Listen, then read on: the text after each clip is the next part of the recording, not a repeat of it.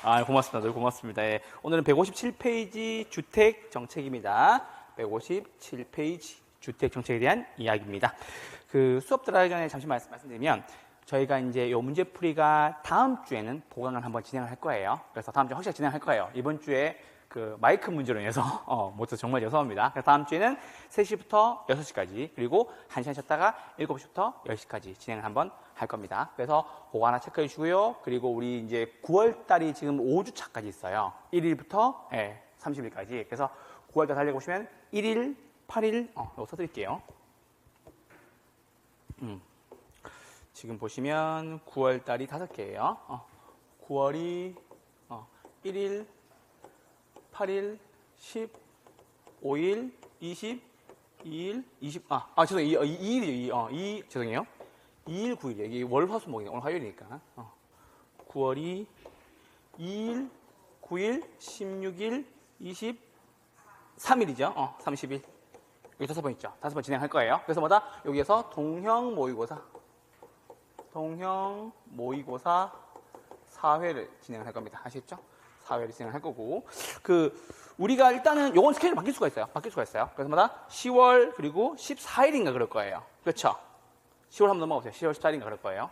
그래서 요건 스케줄을, 요거부터 할게요. 그러면. 아마 교수님 협의해 본 거니까.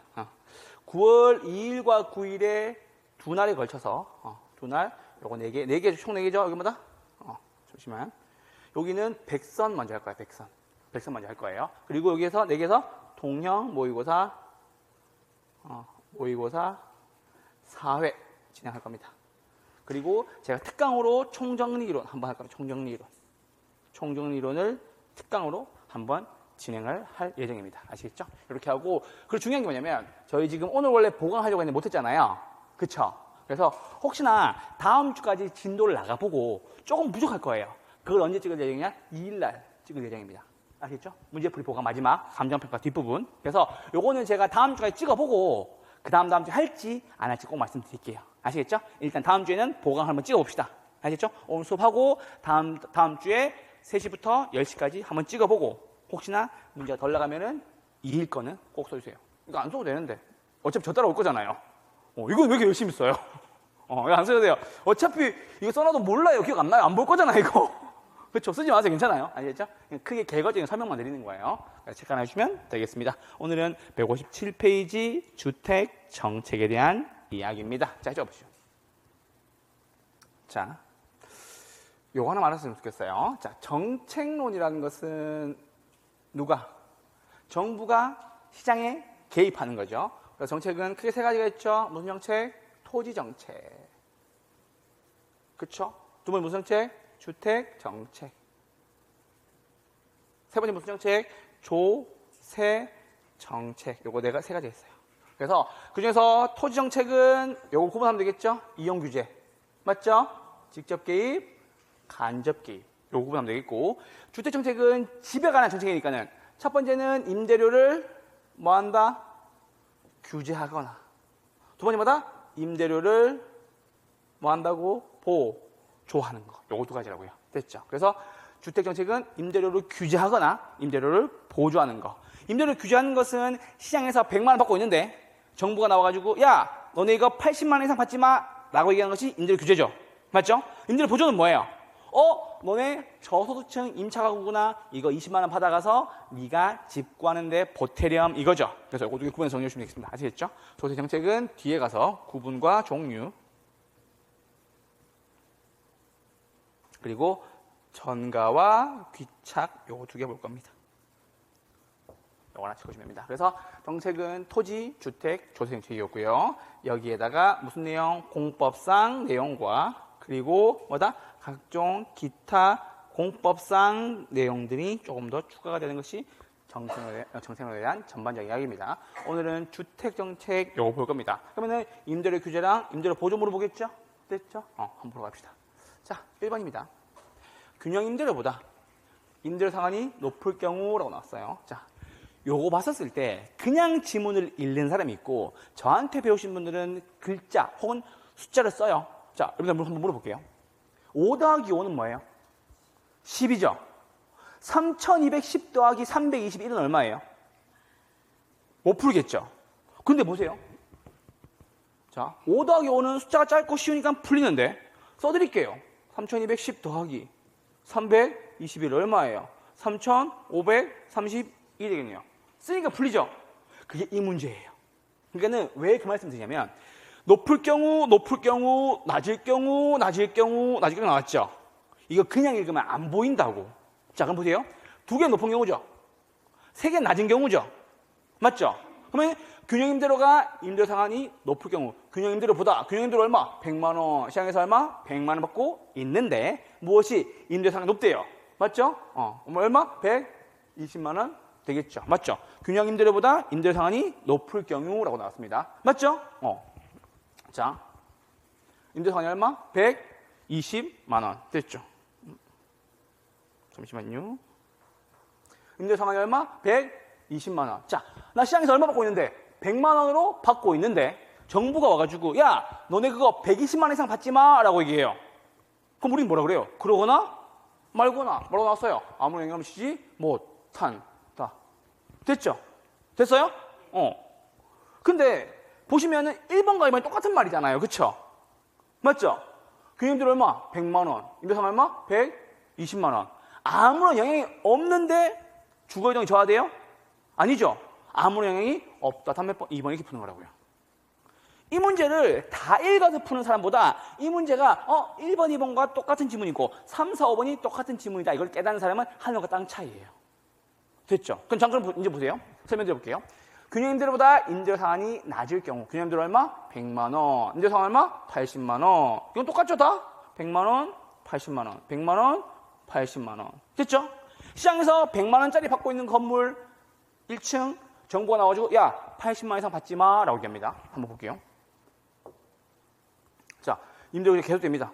장기적으로는 음성적 거래가 발생할 수 있다. 아마다 이중 가격이 형성될 수 있다라는 거가 되겠죠. 자, 일단 싸니까 원래 100만 원이나 80만 원이니까는 일단 들어오겠죠. 싸네 들어왔죠. 근데 집주인이 80만 원에 해줘야 안 해줘요? 안 해주겠죠. 그럼 뭐라고 얘기하겠어요? 임차인님 저희 관리비로 20만 원 더 주셔야 됩니다. 라고 해야 되겠죠. 맞죠? 그래서 뭐다? 20만 원이라는 이중가격, 즉 뭐다? 이중가격 음성적 거래가 발생할 수 있다는 겁니다. 그래서 임대료 규제를 임의로 막 해버리면은 그 임대료에 보여지는 것만큼 돈을 주지만 나머지 것마다 이중가격이 형성될 가능성이 더 높습니다. 한 가지 재밌는 얘기 드릴까요?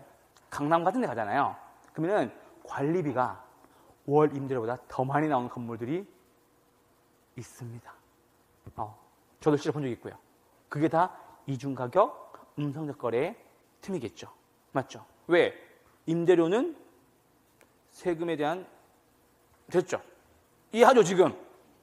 그걸 말씀드린 거예요. 자, 이제 오세요. 균형임대료보다 임대료상이 낮을 경우 잘라주시고 단기에 비해 어디? 장기에 초과 수요가 더 발생한다. 단기에는 뭐다? 싸죠?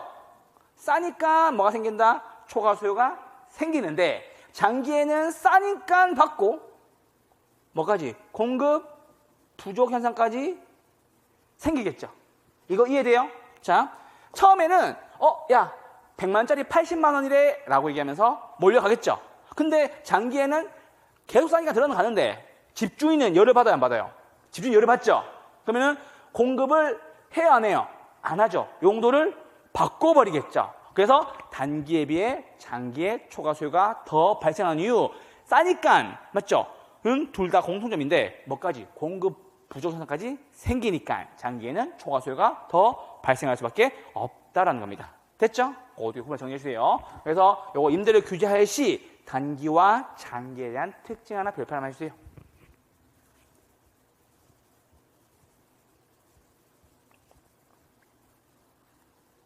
됐죠? 자, 균형임대료보다 임대료 상한이 낮을 경우 수요가 탄력적이고 탄력적이라는 말은 양이 많이 변하는 소리죠? 그럼 수요가 많아졌겠네요? 공급이 탄력적이에요. 양 배가 많다는 소리겠네요? 공급은 확 줄었겠네요? 뭐가 생긴다? 초과 수요가 더 발생한다. 수요가 많이 증가. 왜? 싸니까. 맞죠? 공급은 많이 감소. 되겠죠. 요거 두 개 체크하시면 되겠습니다. 그래서 1번 문제가 되게 뭐라 그럴까 이렇게 그 알고리즘적으로 그 논리적으로 문제를 잘 만들어 놓은 문제입니다. 1번이 다음 몇 번? 2번이었습니다. 요거 하나 문제 잘 체크해 놓으시면은 나머지 뒤에 임대료 규제 문제는 싹 다 요거 하나로 통일될 겁니다. 그 말씀을 드립니다. 1번에 별표 하나 해주세요. 보통 교수님들이 이렇게 문제를 분석합니다. 같은 성격을 묶어가지고 어떻게 되는지까지. 아시겠죠? 1번 다음 몇 번? 2번이었습니다. 됐죠? 2번입니다. 자, 이제 쉽습니다. 틀린 것을 골라라 나왔습니다. 임대료 규제가 주택시장에 미친 영향. 장기적으로는 공급이 감소합니다. 왜? 돈이 안 되니까. 맞죠? 돈이 안 되니까. 임차인들은 집 구하기 쉽다 어렵다? 더욱 곤란해진다. 맞죠? 2번입니다. 임대사업자는 수익성이 낮아지기 때문에. 왜? 돈이 안 되니까. 투자해요, 안 해요? 투자를 기피한다. 3번 임대료 규제는 단기보다 언제 장기적으로 탄력성을 더욱 탄력적이 되게 한다. 장기에는 어떻게 되는 겁니다. 더 많이 도망가 버리는 거지. 맞죠? 2년 만료됐어요. 이제 더 이상 집으로 써야 안 써요. 집으로 안 쓰는 거지. 용도 변경해 버린다는 거지. 왜? 돈이 안 되니까. 됐죠? 그래서 단기에는 초과 수요만 발생하고 장기에는 초과 수요 받고 뭐까지? 공급의 감소까지 생기기 때문에 어떻게 된다? 가격 탁상을 더욱 탄력적이 되게 한다라는 거. 장기적으로 기존 임차인들의 주거이동을 더욱더 저하시킨다. 왜? 공급이 감소되니까 갈 집이 없는 거예요. 아시겠죠? 다음 몇 번? 다음 몇 번? 5번이었습니다. 만약에 시장임대료보다 규제임대료가 높을 경우 시장임대료 얼마? 100만 원. 규제임대료 얼마? 120만 원. 맞죠? 돈 없죠? 맞죠? 영향 있다, 영향 없다. 영향 없다. 이렇게 바꿔주면 되겠습니다. 됐죠? 이번에 다음 몇 번? 5번이었습니다. 자, 3번으로 넘어오시죠. 틀린 것을 골라라 라고 나왔습니다. 임대료 상한제는 초과 수요를 발생시킨다. 오케이. 정부가 임대료 상승을 통제하면 임차인의 주거 이전이 저하될 것이다. 보다 공급이 감소되니까. 임대료 규제 시 단기에 비해 장기에 초과 수요가 더 발생한다. 싸니까 받고 공급도 안 되니까까지. 됐죠? 공급 부족까지 생긴다라는 소리입니다. 정부가 임대료 상승을 균형 가격 이하로 규제하면 잘라주시고 장기적으로 임대주 공급이 줄어들어서 규제 효과가 충분히 발휘되지 못한다. 임대료 규제했는데도 불구하고 공급량이 줄어드니까는 어떻게 됩니까? 가격은 더 올라가게 되겠죠. 근데 가격을 못 올리니까는 뭐가 생기는 거예요? 음성적 거래가 생기거나 이중 가격이 형성되거나 관리비가 월세보다 더 많이 나오는 그런 경우를 겪게 되는 거가 되겠죠. 됐죠? 말씀드립니다. 답은 몇 번? 답은 5번입니다. 임대료 한도를 시장균형보다 높게 설정합니다. 시장균형 임대료 얼마? 100만 원. 임대료 한도 얼마? 120만 원. 별일 있다, 별일 없다? 별일 없다라는 소리. 다음 몇 번? 5번이었습니다. 됐죠? 5번이었습니다. 자, 넘어올게요. 자, 이제 임대 아파트의 수요 함수와 공급 함수에 대한 이야기입니다. 자, 요거는 어떻게 정리하냐? 요거 균형을 하나 정리해야 됩니다. 균형을 하나 정리해 주시면 되겠습니다. 자, 이리 와 보시죠. 자, 정리 한번 할게요. 자, 수요와 공급을 정리하겠습니다. QD는 얼마? 1400 마이너스 2P. QS는 얼마? 200 플러스 4P. 그쵸? 요거 두 개를 같게 해서 풀면 되겠죠? 1400 마이너스 2P는 200 더하기 4P가 되겠고, 넘어가면 6P는 얼마? 1200이 되겠네요. 시장균형 가격 얼마? 200 되겠네요. 맞죠? 시장균형 가격 얼마? 200 되겠습니다. 됐죠? 자, 그럼 보세요. 시장균형 가격이 얼마라고요? 200으로 규제했다고요. 시장균형 가격 얼마? 여기 쓸게요. 시장균형 가격 얼마? 200 되겠습니다. 200만 원이 될 거고. 됐죠? 자, 근데 보세요. 지금 뭐라고 나와 있냐? 임대료를 얼마로? 150만 원으로 규제했을 경우 잘라주시고 300만 원으로 규제했을 경우 잘라주세요. 자, 해줘 보세요. 어떻게 하는 거냐? 쉬워요. 지금 얼마로 규제했다고? 150만 원으로 규제했다고. 됐죠? 얼마? 150만 원으로 규제했다고. 자, 그럼 보세요. 여기에다가 무엇을? 150을 집어넣으시면 되는 거예요. 뭐라고? 150을 집어넣으시면 된다고. 자, 그럼 보세요. QD는 얼마? 1400 마이너스 2 곱하기 150 하면 되겠죠. 맞죠? 그럼 QT 값은 얼마가 나와요? 요거 300 빼니까 얼마? 1100 나오겠죠. 됐죠? 1100 나오겠죠. 1100이 나오고, 그리고 공급은 QS는 얼마? 200 플러스 4 곱하기 얼마? 150 하면 되겠죠. 그럼 QS는 얼마 나와요? 200 더하기 600이 얼마? 800 되겠네요. 됐죠? 그럼 보세요. 자, 지금 수요는 얼마? 1100. 공급은 얼마? 800. 됐죠? 그러면은 150으로 규제한 경우 수요가 많아요? 공급이 많아요? 수요가 더 많죠? 맞아요? 수요 300 많죠? 300. 맞죠? 그래서 뭐다? 수요가 얼마만큼? 300만큼이 더 많다. 300만큼이 초과 수요가 된다라는 거. 아시겠죠? 그냥 숫자 하나 집어넣으시면 돼요. 자, 그래서 뭐다? 150만 원으로 규제했을 경우 얼마? 초과 수요가 300이 더 많다라는 거 체크. 1번, 2번, 3번 중에 답이 되겠네요. 됐죠? 자, 그런데 이거 지울게요. 이 부분 지울게요. 이 부분 잠깐 지우고 이제. 이해하셨죠, 이거는? 네. 이거 잠깐 지우고. 이제 자리가 좁더라고. 짠, 짠. 자, 이제 얼마로? 300으로 규제합니다. 300으로. 300으로 규제합니다. 300만 원으로 규제합니다. 똑같아요. 300만 원으로 규제합니다. 자, 어디에다가 또 여기에다가 300만 원을 집어넣으시면 되겠습니다. 근데 300만 원을 집어넣는다는 것은 지금 시장 교수님대로 얼마예요? 200만 원이죠.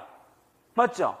시장에서 200만 원 받고 있는데 야, 너네 이거 300만 원 이상 받지 마 라고 얘기해요. 이거 계산할 필요 있어 없어요? 계산할 필요 없죠. 영향 있다, 영향 없다. 영향 없다. 답 몇 번? 답은 2번이었습니다. 이렇게 푸시는 거라고. 아시겠죠? 그래서 요 문제 때문에 균형 가격을 알아야 되는 거예요. 됐죠? 그래서 균형 가격 이하로 규제한 경우만 뭐가? 초과 수요가 생기는 것이 되겠죠. 감 잡았죠? 자, 근데 보세요. 이 문제를 교수님 굳이 숫자를 넣어서 풀어야 됩니까? 라고 물어본다면 저는 이렇게 답변 드릴 겁니다. 이거 지금 잘 보세요. 한 가지만 체크합시다. 균형 가격 구했죠? 이건 구해야 돼요. 구하자마자 느껴야 될 거. 이하로 규제했죠? 무조건 초과 수요가 발생합니다. 아직 계산 안 했어요. 맞죠? 균형 가격이 얼마? 200이니까 200보다 이하로 규제하니까는 싸죠? 싸니까 뭐가 생겨요? 초과 수요가 생기겠죠? 그래서 답은 1번, 2번, 3번, 4번 중에 하나가 무조건 되는 거예요. 감 잡았죠? 근데 균형 가격이 200이니까는 얼마로 규제했다? 300만 원으로 규제했어요. 변화 있다, 변화 없다? 변화 없다. 이렇게 풀어도 된다고. 아시겠죠? 그래서 150을 넣어서 풀어도 되지만 안 넣어서 풀어도 되는 이유는 뭐냐? 균형 가격보다 이하로 규제했죠? 싸니까 초과 수요가 더 생기겠지. 맞죠? 균형인데보다 더 뭐라고? 높으니까 변화가 없겠지. 이렇게 풀어도 된다고. 아시겠죠? 이게 눈치와 센스 있는 분들은 조금 더 빨리 풀 수 있는 방법. 그리고 교수님 저는 이게 불안해요 하시는 분들은 그냥 넣어서 구하시면 됩니다. 아시겠죠? 양방향 다 가능하다는 말씀을 드립니다. 4번 다음 몇 번? 2번이었습니다. 자, 틀린 것을 골라라 라고 나왔습니다. 자, 임대주택의 시장 균형 임대료가 얼마? 제곱미터당 10,000원이었다. 정부가 저소득층의 주거 안정을 목적으로 다음과 같이 임대료 상한을 설정했을 때 미친 영향을 골라라 나왔습니다. 자, 잠깐만. 자, 임대료 상한을 얼마? 9,000, 7,000, 8,000, 9,000으로 설정하면 됐죠? 이게 뭐보다? 균형 임대료보다 낮게 세계가보다 낮은 수준이죠. 맞아요? 문제가 생기겠네요. 됐어요? 왜? 야, 제곱미터당 10,000원 받는 거 7,000원 받아, 8,000원 받아, 9,000원 받아. 뭐다? 싸니까 초과 수요가 생기고 공급자 입장에서는 돈이 안 되니까는 퀄리티가 나빠질 거고 돈이 안 되니까 공급은 감소하겠죠. 맞아요? 임대료 상한을 얼마로? 15,000원으로 설정하면은 임대료는 얼마가 된다? 10,000원 된다. 뭐 때문에? 규제 때문에. 규제 아니 맞아요. 죄송해요. 뭐 때문에? 시장 임대료가 얼마니까? 제곱미터당 10,000원이니까. 맞죠? 그 뜻입니다. 이거는 아무런 영향이 없다랑 똑같은 말이라고. 감 잡았어요, 지금? 따라오고 있어요? 왜? 시장에서 얼마 받는데? 10,000원 받는다고. 그쵸? 근데 정부가 뭐라고 그러는 거야? 야, 제곱미터당 15,000원 받아. 야, 그러거나 말거나 10,000원밖에 안 해? 라고 얘기하는 거죠. 맞죠? 그래서 5번도 맞는 지문이라고. 근데 보세요. 4번. 임대료 상한 얼마? 12,000원으로 결정하면 효과 있다, 효과 없다? 효과 없다. 아무런 영향 생기지 않는다. 이 뜻이라고요. 아시겠죠? 숫자가 나와 있으니까 좀 더 헷갈릴 수 있다는 생각 들어요. 근데 1번, 2번, 3번은 낮은 수준으로 통제하니까는 문제가 생기는 거고, 높은 수준은 문제 있다, 문제 없다, 문제 없다. 상황이 높으면은 시장 균형 임대료로 돌아오는 것이고, 상황이 높으면은 영향이 있다, 영향 없다, 영향이 없다라는 겁니다. 5번 다음에 몇 번? 4번이었습니다. 넘어올게요. 정부의 임대료 규제가 주택시장에 미치는 영향을 설정하고 설명하고 서로 옳은 것을 골라라 라고 나왔습니다. 임대주택에 대한 초과 수요를 발생시키죠. 왜? 싸니까. 임대주택의 질적 수준마다 떨어진다, 하락한다 라는 거. 됐죠? 임대료 규제 정책은 소비자를 보호하는 제도이므로 짝아주시고 최저 가격 제도 해당합니다. 이거 조심하셔야 돼요. 자, 무슨 말이냐? 최고 가격 제도. 이거 하나 바꿔주세요.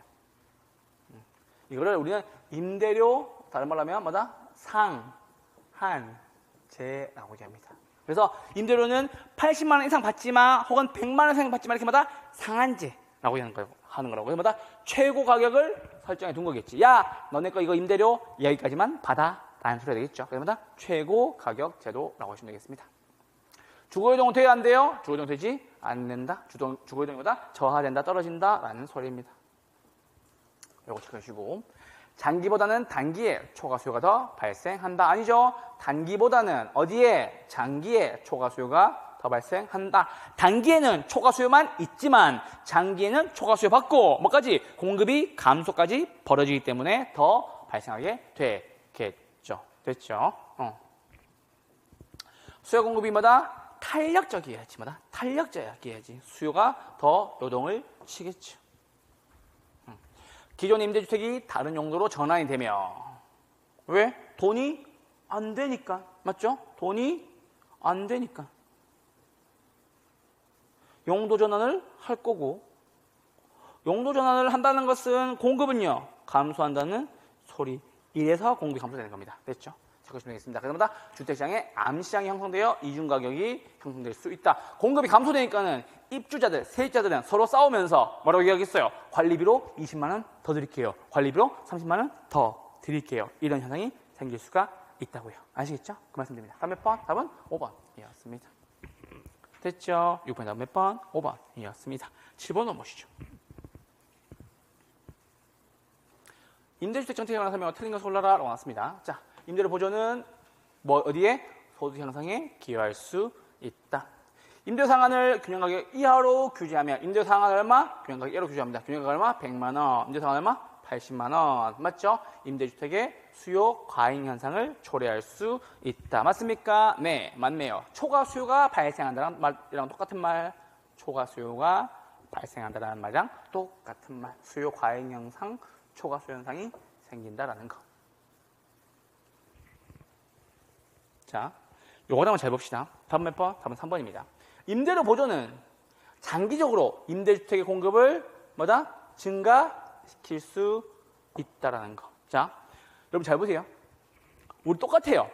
이번에 민생회복 소비 쿠폰 받았죠? 소고기와 첨가물과 마트의 구매량이 엄청나게 늘어났대요. 근데 뉴스에 나오더라고요. 대한이 아니라 축산협회에서 민생회복 소비 쿠폰의 지급에 따른 소고기의 공급량을 1.3배 늘리겠다고 나오더라고. 그거 왜 그런 거예요? 돈이 되니까 공급을 늘려야 되겠죠. 그래서 하나 체크하세요. 임대료 보조는 공급을 늘리는 되게 좋은 정책이다라는 걸 한번 체크, 별표 하나만 해주세요. 공급 증가 나오면 뭐다? 임대료 보조인 겁니다. 됐죠? 여러분 생각해 보세요. 꽁돈이 20만 원 생겼다고. 어떻게 되겠어요? 10만 원 정도는 임대료 더 줄 수도 있겠죠. 그 귀신같이 그 집주인이 안다니까. 그러면서 저녁에 퇴근하는 임차인을 기다려요. 기다렸다가 저희 이번에 관리비로 5만 원만 더 인상해도 될까요? 라고 얘기해요. 그럼 어떻게 되겠어요? 알겠어요 하고 지나가겠죠. 씁쓸하지만 나는 뭘 받았기 때문에 20만 받았기 때문에 5만 원 정도는 줄고 갈 수가 있겠죠. 그 뜻이라고. 아시겠죠? 그 말씀드립니다. 자, 규제 임대료가 균형 임대료 낮아야, 규제 임대료가 낮아야 주거 부담 완화 효과를 기대할 수 있다라는 겁니다. 임대료 규제란 주택 임대인이 일정 수준 이상 임대료를 잘라주시고 임차인에게 부담시킬 수 없도록 하는 제도이다. 좋습니다. 7번이 다음 몇 번? 3번이었습니다. 자, 8번으로 넘어오시죠. 요거 하나만 체크하고 넘어갑시다. 여기 하나만 별표. 임대료 보조의 효과입니다. 자, 임차인은 더 많은 임대축을 소비할 수 있다라는 거. 잘 보세요. 돈 주자마자 뭐가 생기냐면 수요가 증가합니다. 맞죠? 왜? 꽁돈이 생겼으니까요. 수요가 증가하니까 임대료는요? 올라가게 되겠죠. 그래서 기존 임대인이 혜택을 누리게 됩니다. 원래 80만 원 받던 거 뭐 한다? 20만 원 올려도 사람들이 순순히 응한다. 맞죠? 이제는 80만 원 받던 거 얼마 받는 거예요? 100만 원 받죠? 누가 혜택? 임대인이 혜택. 그러니까 돈이 되니까 공급 증가. 밑에 가보자. 돈이 되니까. 야, 요즘 임대료가 20만 원 올라가지고 100만 원이래 라고 얘기하는 거예요. 아, 그래? 돈이 돼? 라고 얘기하는 거죠. 그래서 옆집에서 뭐라 그래요? 그럼 우리 집은 90만 원으로 할게요 라고 바꾸는 거죠.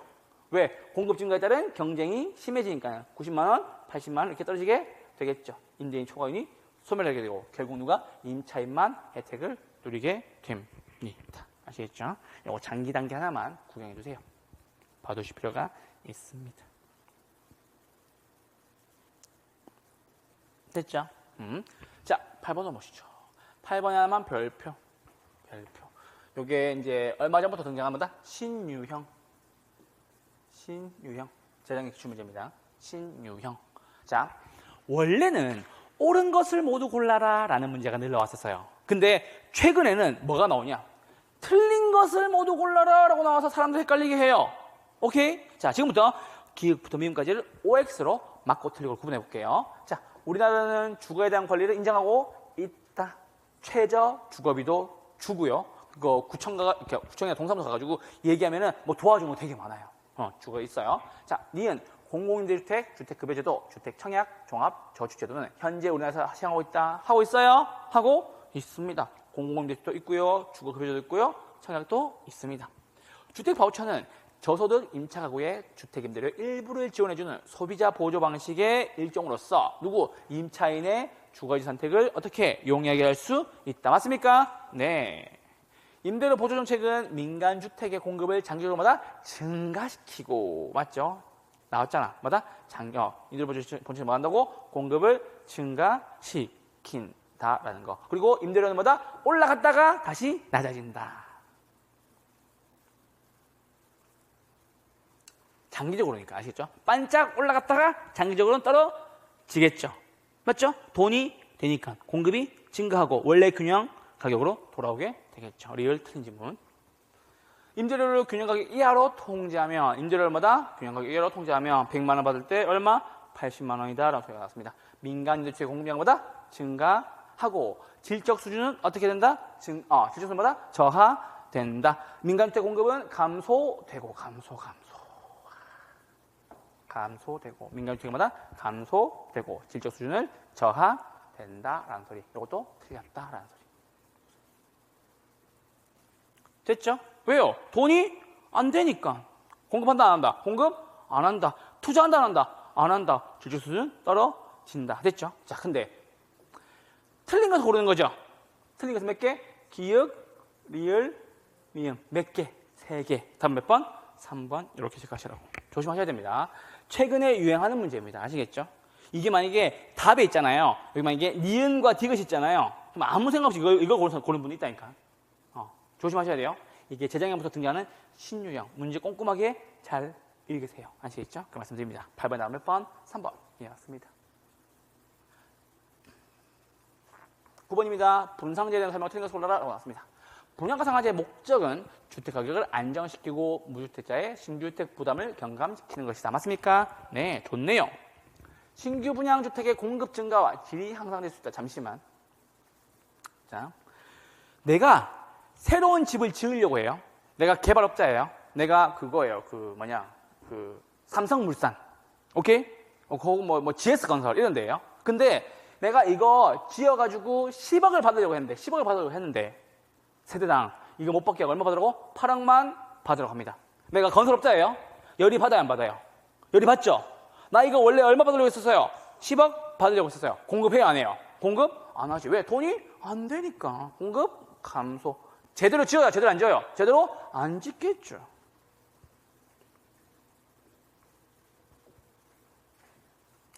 그래서 여러분들 분양가 상한제를 심하게 규제받는 지역의 아파트에 들어갈 때는 꼼꼼하게 잘 보세요. 아시겠죠? 특히나 가격이 센 곳들은 분상제를 심하게 만든단 말이에요. 아시겠죠? 그 말씀 드린 겁니다. 다음 몇 번? 2번입니다. 됐죠? 분양가 상한제 적용주택 분양가격은 두 가지예요. 택지와 건축비로 구성이 된다. 됐죠? 분양가 상한제 적용주택의 입주자로 선정된 지위에 대해서는 전매를 제한할 수 있다. 사고 팔지 말아라. 됐죠? 주택법령상 사업주체가 일반인에게 공급하는 뭐다? 공공주택 중에서 공공택지에서 공급하는 뭐다? 도시형 생활주택. 분상제 해요 안 해요? 분양가 상한제를 적용하지 않는다. 그 말은 무슨 말이냐면 도시형 생활주택은 건설업자가 지어가지고 본인들이 원하는 가격 마음대로 받을 수 있다는 소리입니다. 저는 이제 노량진에 가끔씩 이렇게 학원 때문에 가면 그 노량진에 가면 도시형 생활주택이라고 그 건물 입구에 딱 써져 있어요. 볼 때마다 얘기하죠. 저거 지은 건축업자 본인이 받고 싶은 가격 마음대로 받았겠구나. 아시겠죠? 근데 마음대로 못 받죠. 시장 가격을 찾아가겠죠. 더문제 비싸 많으니까. 9번 다음 몇 번? 2번이었습니다. 자, 요거 한번 보고 넘어갈게요. 자, 분상제합니다. 무슨 효과? 분양가는 떨어집니다. 그로 인해서 뭐가 생기다? 투기가 생기겠죠. 왜? 분양가 10억짜리 얼마? 8억에 분양하래요. 맞죠? 야, 이거 12억은 충분히 받아 라고 생각하시는 분 어떻게 하겠어요? 돈 마구 때려넣겠죠. 그렇죠? 뭐가 생긴다? 투기가 생길 수밖에 없다는 소리입니다. 생산성은요? 악화. 제대로 지어야 안 지어요? 제대로 안 짓는다. 신규주택 공급 감소, 돈이 안 되니까. 반면에 풍선 효과로 무엇은 기존에 있는 중고주택 가격이 올라가고 집 없는 사람 집 구해요 못 구해요? 집 못 구하겠지. 그 말씀 드립니다. 분양가 규제 잘못하면 큰일 납니다. 진짜 난리 납니다. 됐죠? 자, 10번입니다. 분상제에 대한 설명 중 옳은 것을 골라라 라고 나왔습니다. 1번 수요의 가격 탄력성이 뭐다? 탄력적일수록 공급의 특성이 뭐다? 탄력적일수록 초과 수요량이 더 커진다. 맞습니까? 맞네요. 다음 몇 번? 1번이었습니다. 왜? 분상제라는 것은 10억 받고 싶은데 10억 못 받게 하고 8억 받게 하는 거죠.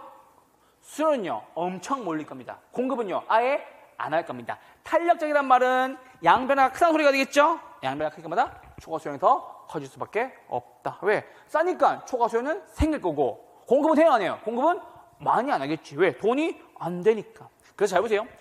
싼지 안 싼지 맞죠? 돈이 되는지 안 되는지 이거 두 가지만 고려하시면 된다고. 초과 수요 왜 생겨요? 싸니까. 공급 부족 왜 생겨요? 돈이 안 되니까. 됐죠? 탄력적일수록 싸니까 많이 몰릴 거고 돈이 안 되니까는 안 짓겠지. 양이 확 줄겠지. 맞죠? 그래서 초과 수요량이 더 심해진다라는 소리입니다. 체크 하나 해주세요. 상한 가격이 시장 가격보다 낮아요. 요 말이 뭐다? 싸니까. 맞죠? 싸니까. 뭐다? 시장 가격보다 더 싸니까. 뭐가 생긴다? 초과 수요가 생기겠지. 그렇지. 이제 깨달으셔야 돼요. 아시겠죠?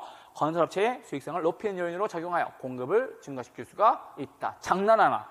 내가 10억 받고 싶은데 얼마 받으라고요? 8억만 받으라고 한다고요. 수익성을 마다 낮추는 요인으로 작용하여 제대로 지어야 안 지어요? 제대로 안 짓겠죠. 주택 공급을 마다 감소시킬 수가 있겠죠.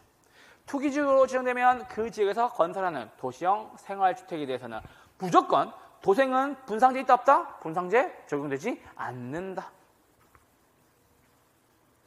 시장 가격 어떻게? 이하로 미치겠다. 이하로 상한 가격을 설정하여 무주택자의 주택가격 부담을 완화시키고자 하는 제도이다라는 거 아시겠죠? 그래서 우리는 분양가 규제, 그쵸? 임대 상한제 나오면은 헷갈리시는 분들은 항상 숫자 쓰셔야 돼요. 아시겠죠? 100만 원 기준 두시고 낮으면 80만 원, 높으면 120만 원 하셔서 낮으면 문제가 생길 거고 높으면 문제 있다, 문제 없다, 문제 없다라는 거 아시겠죠? 그 두 개만 구분하시면 되겠습니다. 10번에 다음 몇 번? 1번이었습니다.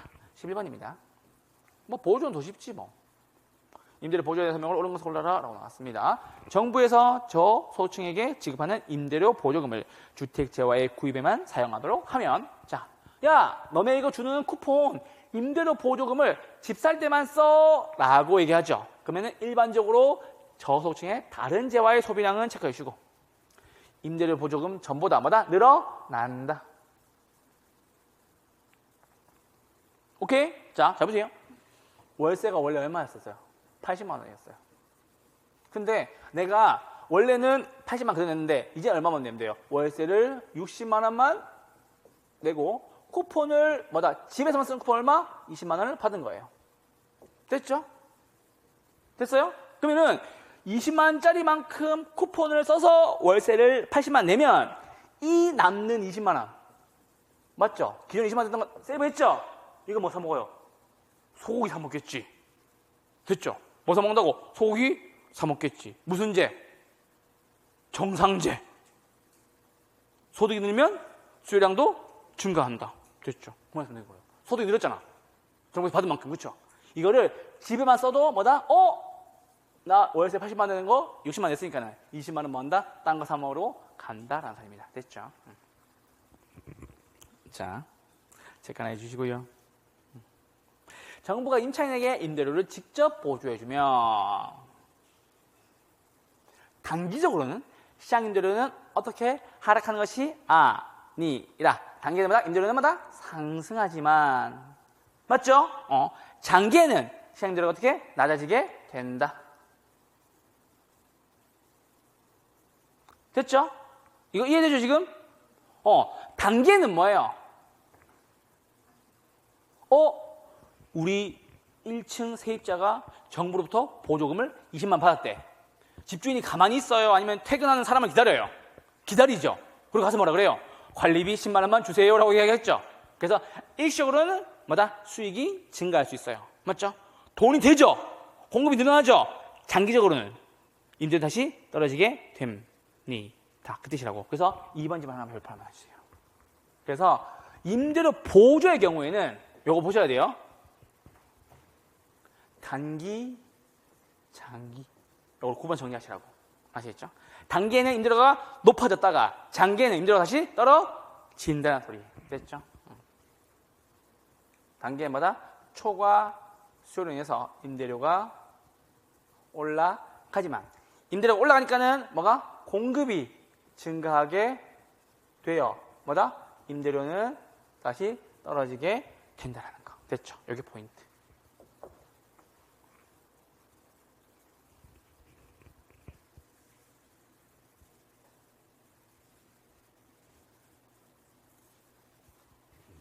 되셨죠? 자, 3번 볼게요. 주택 바우처 제도는 잘라주시고 임대료 보조를 교환권으로 지급하는 제도를 말하며 좋습니다.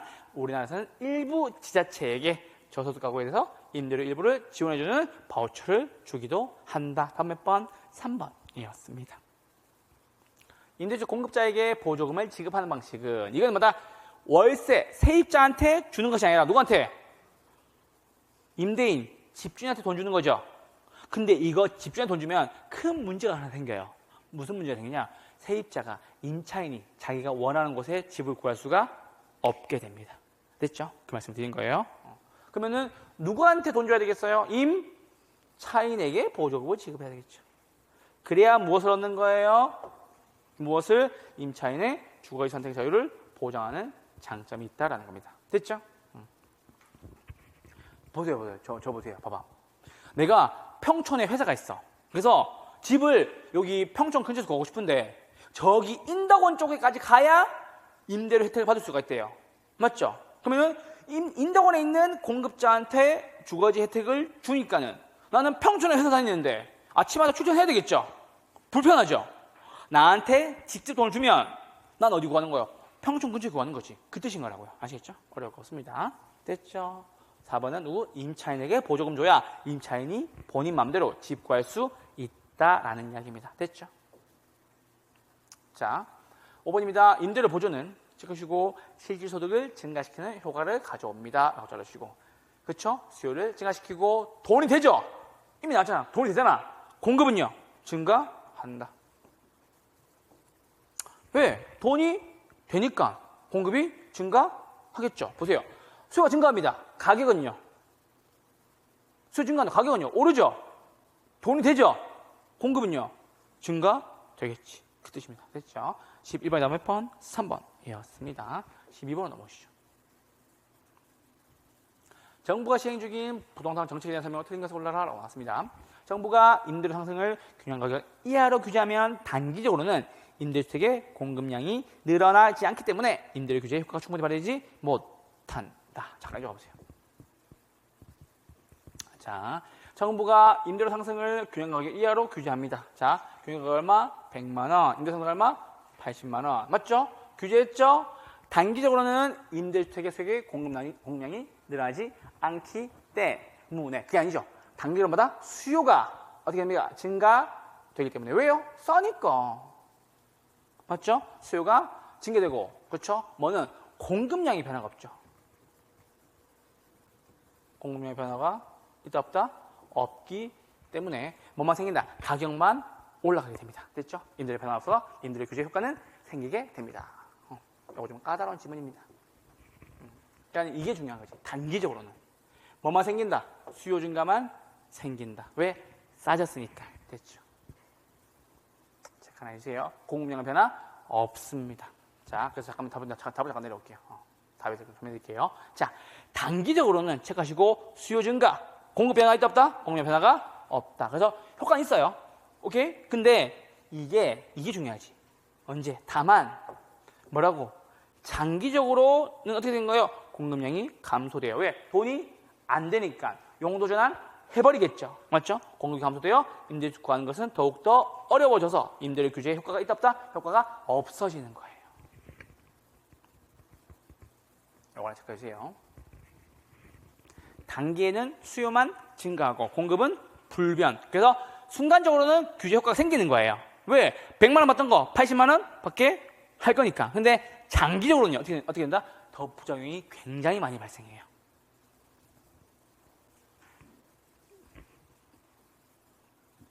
다음 몇 번? 답은 1번이었습니다. 2번입니다. 정부가 임대료 상승을 균형 가격 이하로 규제하면. 맞죠? 균형 가격 이하로 규제했습니다. 됐죠? 장기적으로는 나왔죠? 이제 나왔죠? 기존 임대주택이 다른 용도로 전환되면서 공급은요? 감소하게 된다. 따라서 초과 수요가 더 발생하게 된다까지. 좋습니다. 3번 임대료 규제 시 임대주택에 대한 공급은 단기적으로는 탄력, 비탄력? 비탄력. 장기적으로마다 탄력적. 왜? 단기적으로는 양이 변해 안 변해요? 양이 거의 불변하죠. 장기적으로 양이 많이 바뀌겠네요. 공급이 확 감소하겠죠. 왜요? 돈이 안 되니까. 정부가 임차인에게 임대료를 직접 보조해주면 누구한테? 임차인에게 직접 보조해주면. 맞죠? 단기적으로는 임대료는 상승하게 되지만. 맞죠?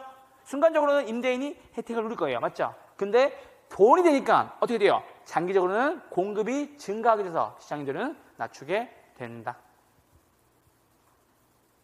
그러니까 임대료 보조에 대한 이야기도 돈이 되는지 싼지 그거 두 개만 보면 돼요.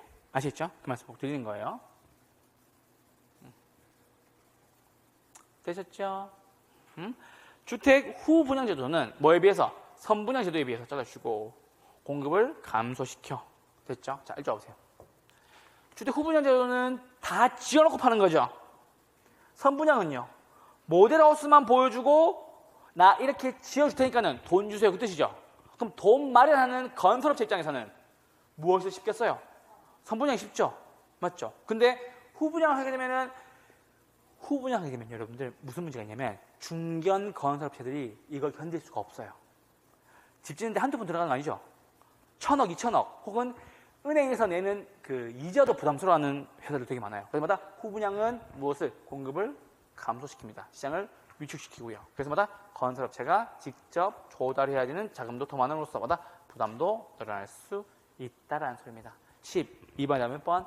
1번이었습니다. 그리고 후분양 제도는 소비자가 내야 되는 돈의 금액도 더 체감이 커요. 여러분 생각해 보세요. 10억 한 방에 내세요. 이게 더 부담스러워요. 오늘은요 1억만 내시고요. 2년 뒤에 4억 내시고요. 2년 뒤에 5억 내세요. 이게 더 부담스러워요. 전자가 10억 한 방에 훨씬 더 부담스럽죠. 그래서 선분양 제도가 건설업체의 자금 조달이 쉬워서 두 번째, 소비자가 한 번에 씹어내는 것이 아니라 낼만 하다. 4년 내에, 5년 내에 한 번 내보지 뭐. 돈 마련해보지 뭐. 이런 생각이 들어서 3분양이 자꾸 생기는 거예요. 근데 3분양이 생기면 문제가 생기죠. 뭐다? 투기 수요가 생기는 거죠. 됐죠? 그 말씀 드린 거예요. 12번에 몇 번? 1번. 이었습니다. 자, 13번입니다. 정부가 저소득층을 위한 임대주택에 대한 설명으로 틀린 것을 골라라 라고 나왔습니다. 이제 쉬울 거예요. 임대주택의 임대료를 임차인에게 보조해주는 방식은 누구다? 생산자에게 보조해주는 방식보다 무엇이다? 두 가지 선정을 자유를 보장한다는 장점이 있다. 좋습니다. 2번입니다. 바우처입니다. 누구 도와주는 거? 저소득층 도와주는 거. 임대료 보조보다 임대료 규제는 시장 기능을 유지하면서 장기적으로 누구에게? 임차인의 주관정에 기여한다. 뭐다? 임대료 규제보다. 제가 얘기했죠? 임대료 규제는 굉장히 큰 문제가 생긴다고, 잘못하면. 맞죠? 임대료 규제보다 뭐다? 임대료 보조가 무엇을? 시장 기능을 유지하면서. 됐죠? 시장 기능을 유지하면서 장기적으로는 임차인의 주관정에 기여할 수 있다라는 소리입니다. 자, 요거랑 말씀드릴게요. 자, 시장 기능을 유지한다는 것은 여러분들 직접 개입이에요? 간접 개입일 것 같아요? 우리 이직간 중에서 직접 개입, 간접 개입. 간접 개입이죠. 됐죠? 근데 잘 보세요. 임대료 규제 말고 임대료 보조 뒤에 뭐 붙어야 돼요, 원래? 보조금 붙어야 되죠. 보조금은 직접 간접? 간접. 그래서 임대료 보조는 간접 개입으로서, 간접 개입은 시장 기능을 유지하면서 이렇게 도와주는 거예요. 근데 임대료 규제는 뭐다? 직접 개입인 거예요. 오케이? 임대료 규제는 정부가 뭐라 그러는 거예요? 야, 너네 이거 80만 이상 받지 마! 라고 얘기하는 거죠. 맞죠? 오케이? 정부가 직접 시장의 참여자로서 통제하는 거라고.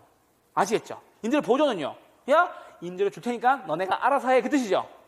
맞아요? 오케이? 저 보세요. 안 써도 이해만 하시면 돼.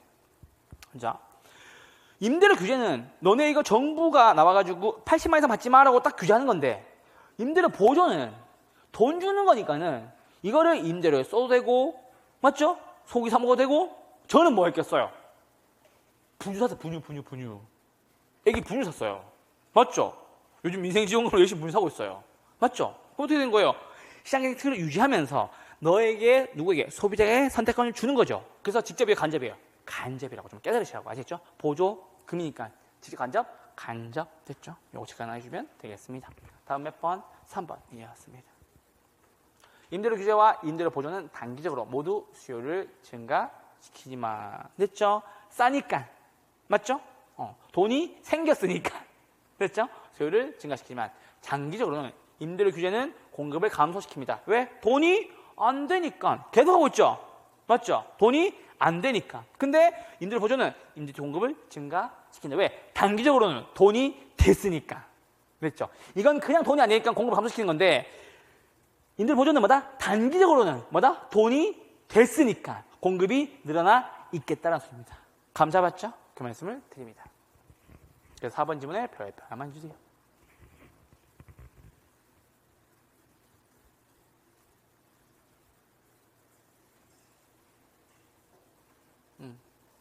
자, 5번 지문도 조심. 잘 보세요. 공공임대주 공급했어요.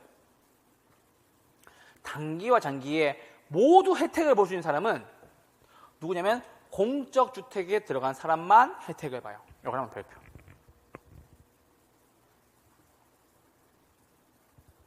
됐죠?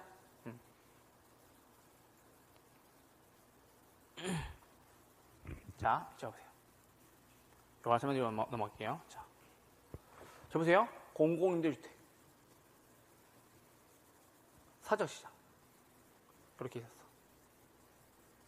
자, 사적시장에서 얼마? 100만 원 받고 있는데 공공임대주택이 80만 원을 받으면서 들어왔어요. 오케이? 자, 단기에는 사람들이 공공임대 가겠어요? 사적시장 오겠어요? 공공임대 가겠죠? 여기에 수요가 많아질 거예요. 감 잡았죠? 근데 여기는 수요가 많아져도 가격이 바뀌어요, 안 바뀌어요? 안 바뀌죠? 그렇죠? 그래서 80만 원이라는 가격을 유지하면서 뭐다? 초과 수요가 몰리겠죠. 됐죠? 초과수요가 몰리니까는 상대적으로 사적 시장은 수요가 감소되니까는 가격을 어떻게 낮춰야 되겠죠. 맞죠? 따라가야 되니까 맞죠? 오케이? 왜? 수요가 감소하잖아요. 됐죠? 그래서 장기적으로 문제가 생겨요. 얘는 80만 원을 계속 유지하는데, 오케이? 사적 시장은 시간이 오래되면 무슨 문제가 생기냐면 공급이 감소돼 버려요. 왜? 멀쩡히 100만 원 받고 있던 거 뭐 때문에? 공공임대주택 때문에 80만 원밖에 못 받으니까는 공급이 감소가 되겠죠. 공급 감소하니까 가격은요 다시 올라가겠지. 그래서 보세요. 임차인은 공공임대주택 들어간 임차인은 뭐다? 단기 장기 둘 다 혜택을 보는데 감 잡았죠? 왜? 공공임대는 가격 유지니까는. 됐죠? 사적 시장에 남아있는 개인들은 단기에만 혜택을 잠깐 누리고, 됐죠? 설명 들으시면 됩니다. 장기에는 혜택이 계속 있어요? 소멸돼요? 장기에는 뭐다? 혜택이 소멸이 됩니다. 요거 체크하라. 그러니까 눈으로 보시면 됩니다. 그냥 이해하시라고. 감 잡았죠? 내가 이 동네에서 100만 원 받고 장사하고 있는데 옆 동네에 공공임대 들어왔어. 얼마에? 80만 원에. 사람들 어떻게 하겠어요? 공공임대다. 이사 가겠죠? 맞죠? 이사 가서 나 어떻게 돼요? 씨, 나 큰일 났네. 야, 나도 가격 낮출게. 맞죠? 왜? 수요 감소되니까 80만 원 낮추니까는 사람들 어떻게 돼요? 야, 씨, 공공임대주택 때문에 우리 집이 가격이 떨어지잖아. 나 공급 안 할 거야. 왜? 돈이 안 되니까 가격은 다시 올라가게 될 거고, 사적 임대주택 시장에 남아있는 임차인은 단기에만 혜택을 보고 장기에는 혜택이 소멸하게 된다는 거. 아시겠죠? 이게 만약에 사적 시장에 나왔잖아요. 그럼 답이 달라질 수가 있어요. 그 말씀 드린 거예요. 이해했죠 지금? 이렇게 하나 정해주시면 되겠습니다. 됐죠?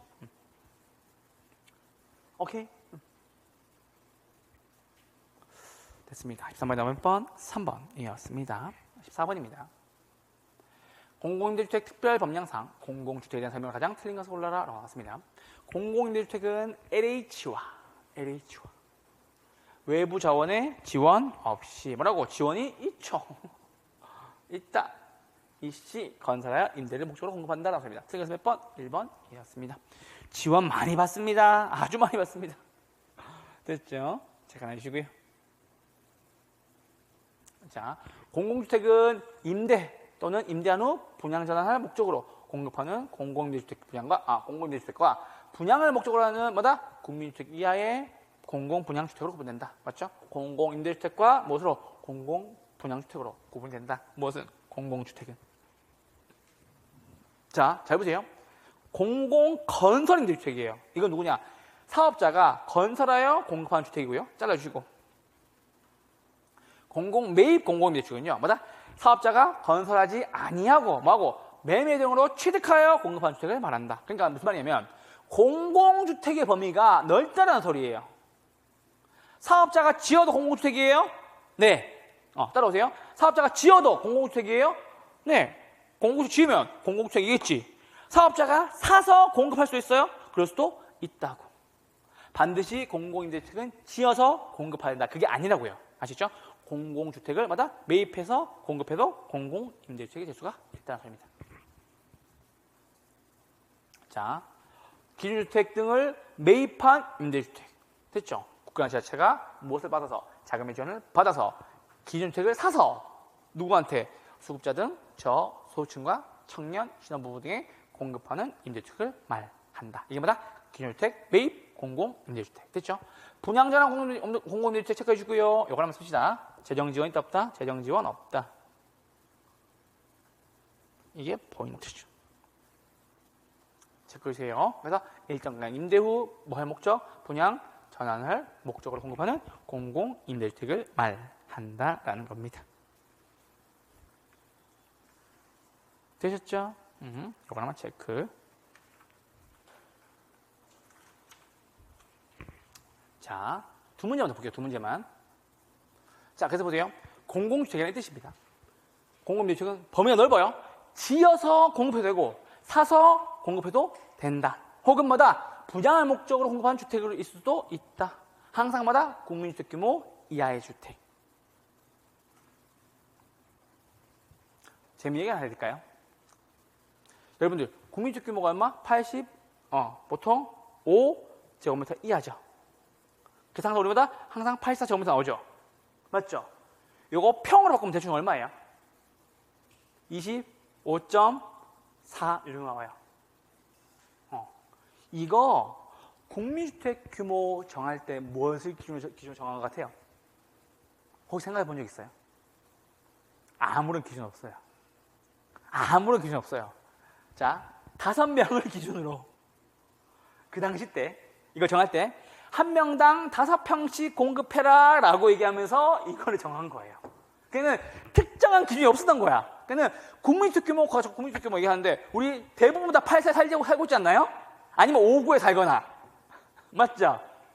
5구, 84, 그럼 뭐 118, 혹은 뭐 129 나오죠?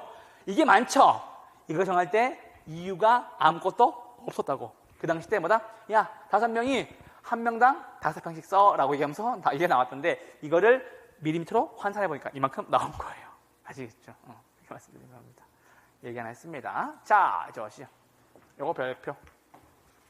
공공임대주택에 대한 설명으로 옳은 것을 골라라. 공공임대주택 종류 몇 가지? 8가지. 뭐가 있었어요? 영, 국, 행, 통, 장, 분, 기. 영이 뭐예요? 영구 임대주택. 됐죠? 2가지 특징. 50년 이상 혹은 영구적.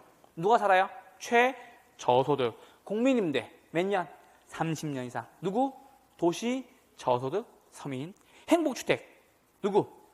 대학생. 또 사회 초년생.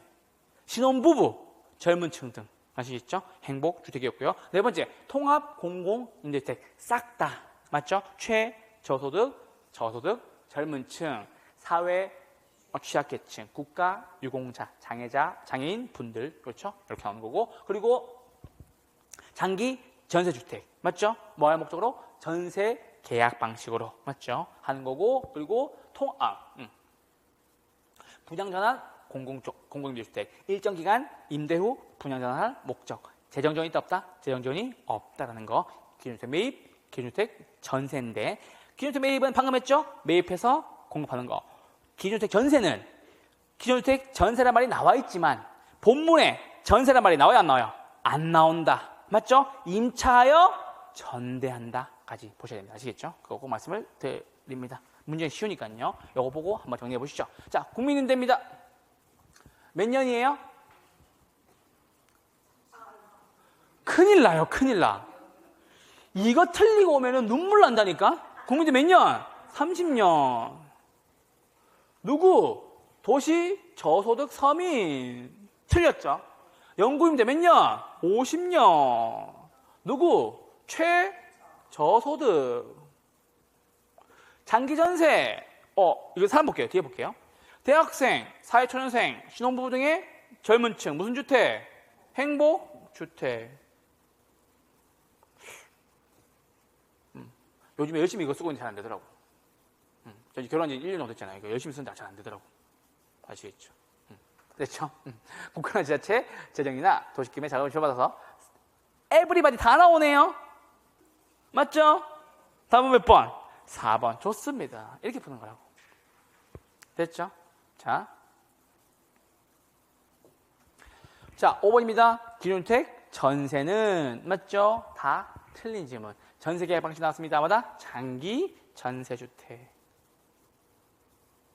쓰실 필요 없고요. 일단 답은 4번이었고 우리 뒤에 요거 한번 보시죠. 자, 1번, 2번 묶어주시고요. 3번, 4번 묶어주시고요. 7번, 8번 묶어주시고요. 6번에 하나만 별표. 1번, 2번 묶고 3번, 4번 묶고 7번, 8번 묶어주시고 6번에 별표.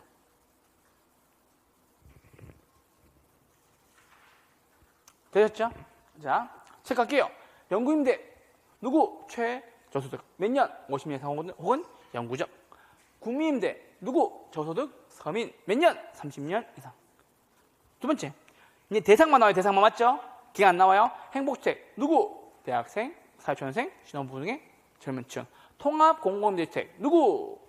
최저소득, 저소득, 젊은 층, 장애인, 국가유공자 등 사회 취약계층. 자, 그리고 볼게요. 장기 전세는 뒤에 뭐 나와야 된다? 전세 계약 방식 나와야 된다. 분양전환 공공주택 체크하시고요. 마다 자금 지원 있다 없다? 자금 지원 없다. 혹은 재정 지원 있다 없다? 없다. 그럼 안 나와요. 뭐만 나온다? 분양 전환할 목적. 딱 요것만 나온다. 분양 전환할 목적 딱 요것만 나온다. 됐죠? 여기마다 분양 전환 공공주택 뭐 없다? 자금 지원, 재정 지원 없다라는 거. 자, 마지막 매입입니다. 사서 공급합니다. 됐죠? 수급자, 저소득층, 청년층, 신혼부부에게. 전세는 뭐라고요? 임차하여 전대한다. 기준 전세라는 것은 전세란 말 나온다 안 나온다? 안 나온다. 전세란 말이 나오지 않는다. 장기 전세에만 뭐다? 전세란 말이 다 온다 라는 겁니다. 아시겠죠? 166페이지 특별법 시행령이었습니다. 자, 요거 풀고 쉴게요. 아파트 분양 시기와 관련된 제도인 선분양과 후분양 제도 비교 중에 틀린 것을 올라왔습니다. 자, 1번 선분양 제도는 초기에 자금을 누구한테로부터? 구매자로부터 조달합니다. 10% 내고 가세요 하는 경우 있죠? 그래서 뭐다? 건설 자금에 대한 이자의 일부를 누가? 구매자가 부담하게 되고. 그래서 요즘에 맨날 광고하는 게 뭐예요? 중도금 무이자. 맞죠? 중도금 무이자. 이거 맨날 광고하죠.